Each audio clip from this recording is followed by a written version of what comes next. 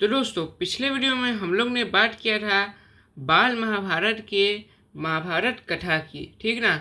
जो कि हमारा था चैप्टर 1, जिसको हम लोग कह सकते हैं चैप्टर 1। और ये जो हम लोग आज पढ़ने वाले हैं ये हमारा होगा चैप्टर 2, जिसका नाम है देव व्रत। तो जो देव व्रत है ये चैप्टर में हम लोग को वो जो था कहानी वो हमारा संक्षेप रूप में था, यानी कि वेरी शॉर्ट में था। लेकिन जो ये होगा यहाँ से पूरा मेन कहानी शुरू होगा हमारा। तो पहला जो हमारा है मेन कहानी का वो है देव व्रत। तो गंगा एक सुंदर युवती का रूप धारण किए नदी के तट पर खड़ी थी। उनके सौंदर्य और नवयौवन ने राजा शांतनु को मोह लिया। गंगा बोली, राजन, आपकी पत्नी होना मुझे स्वीकार है, पर इससे पहले आपको मेरी शर्तें माननी होंगी। क्या आप मानेंगे?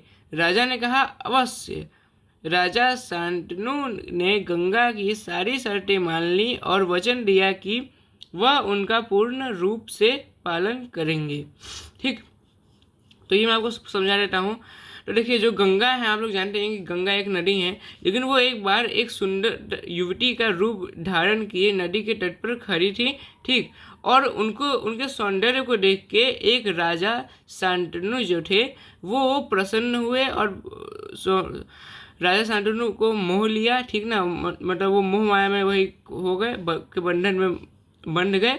फिर जो गंगा थी, जो युवती, जो गंगा जो थी, जो सुंदर युवती का रूप धारण किए हुए थी, वो बोले कि राजन, आपकी पत्नी होना मुझे स्वीकार है, यानी कि मैं आपकी पत्नी बन जाऊंगी, लेकिन उसके लिए आपको मेरी कुछ शर्तें मानने होंगी। तो क्या आप वो शर्तें मानेंगे? तो फिर राजा ने कहा, अवश्य। यानी कि वो जो गंगा जी की शर्तें थी वो राजा ने मान ली। ठीक, फिर राजा शांतनु ने गंगा की सारी शर्तें मान ली और वचन दिया कि वह उनका पूर्ण रूप से पालन करेंगे, यानी कि वो शर्तों का पूर्ण रूप से पालन करेंगे और शर्तें मान ली। समय पाकर गंगा से शांतनु के कई तेजस्वी पुत्र हुए, परंतु गंगा ने उनको जीने नहीं दिया। अब देख सकते हैं कि ये जो गंगा जी थी, जो सुंदर युवती का रूप धारण किए हुए थी, वो जितने भी पुत्र इनके होते थे, जितने भी पुत्र हुए, कुल 60 पुत्र हुए, और 60 के 60 पुत्र को इन्होंने गंगा में, जो नदी थी, उसमें बहा दिया। ठीक, फिर बच्चों के पैदा होते ही वह उन्हें नदी की बहती हुई धारा में फेंक देती थी और हंसती मुस्कुराती राजा शांतनु के महल में वापस लौट जाती थी। ठीक, अज्ञात सुंदरी के इस व्यवहार से राजा शांतनु चकित रह गए। उनके आश्चर्य और क्षोभ का पारावार न रहता। शांतनु वचन दे चुके थे, इस कारण मन महसूस कर रह जाते थे।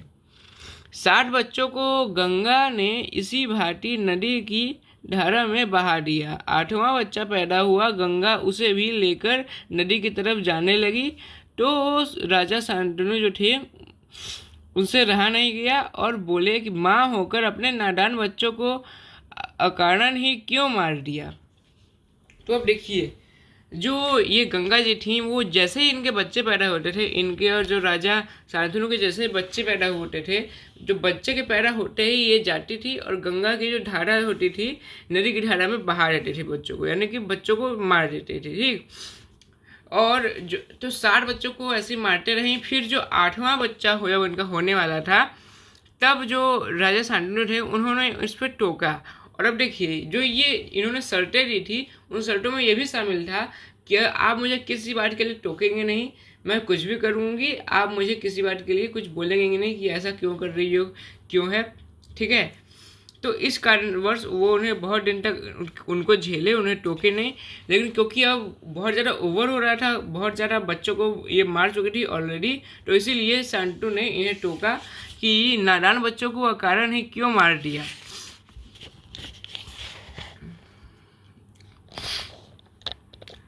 मारा करती हो, यह घृणित व्यवहार तुम्हें शोभा नहीं देता है। राजा की बात सुनकर गंगा मन ही मन मुस्कुराई, परंतु क्रोध का अभिनय करती हुई बोली, राजन, क्या आप अपना वचन भूल गए हैं? मालूम होता है कि आपको पुत्र से ही मतलब है, मुझसे नहीं। आपको मेरी क्या परवाह है? ठीक है, पर शर्त के अनुसार मैं अब नहीं ठहर सकती हूँ।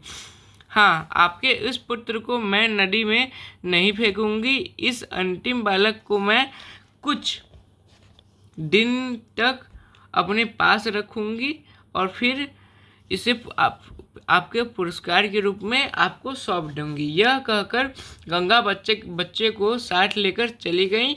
यही बच्चा आगे चलकर भीष्म पितामह के नाम से विख्यात हुआ। ठीक है ना। तो जैसा कि मैंने आपको बताया कि जो लास्ट इनका बच्चा था, जो 8वां बच्चा था, जब वो फेंकने गए तो इन्होंने टोका राजा शांतनु ने।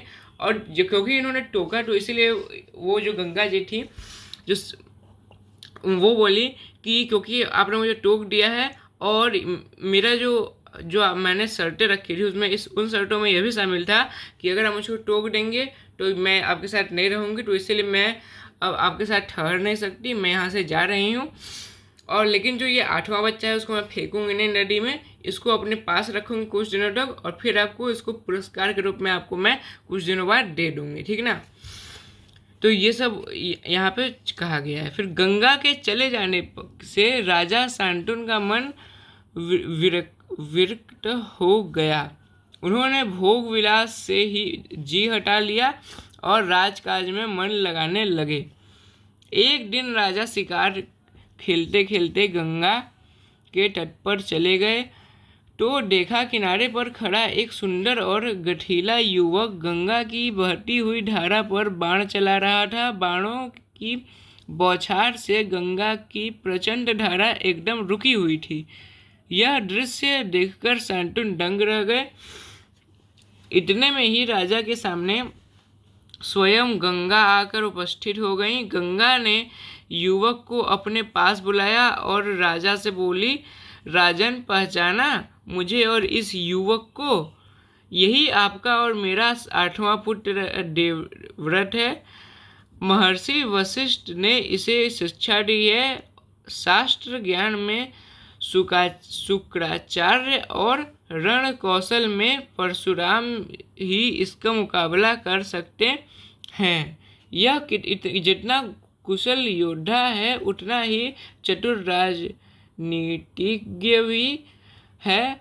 आपका पुत्र मैं आपको सौंप रही हूँ, अब ले जाइए इसे अपने साथ। गंगा ने देवव्रत का माथा चूमा और आशीर्वाद देकर राजा के साथ उसे विदा कर दिया। ठीक ना। तो इसमें क्या कहा गया है, इसमें बताया गया है कि ऐसे ये शिकार करते हुए जो राजा शांतनु थे वो गए गंगा जी के तट पर जाके पहुंचे और तभी इन्हें युवक दिखा, जो युवक बाण चला रहा था। और देख रहे हैं आप लोग कि बाण इतना खतरनाक चला रहा था वो बंदा कि इतना जैसे यहाँ पे बाण चला रहा है और यहाँ पे देखिए बहती हुई धारा बह रही है। ठीक। तो ये सब ज्ञान किसने दिया था?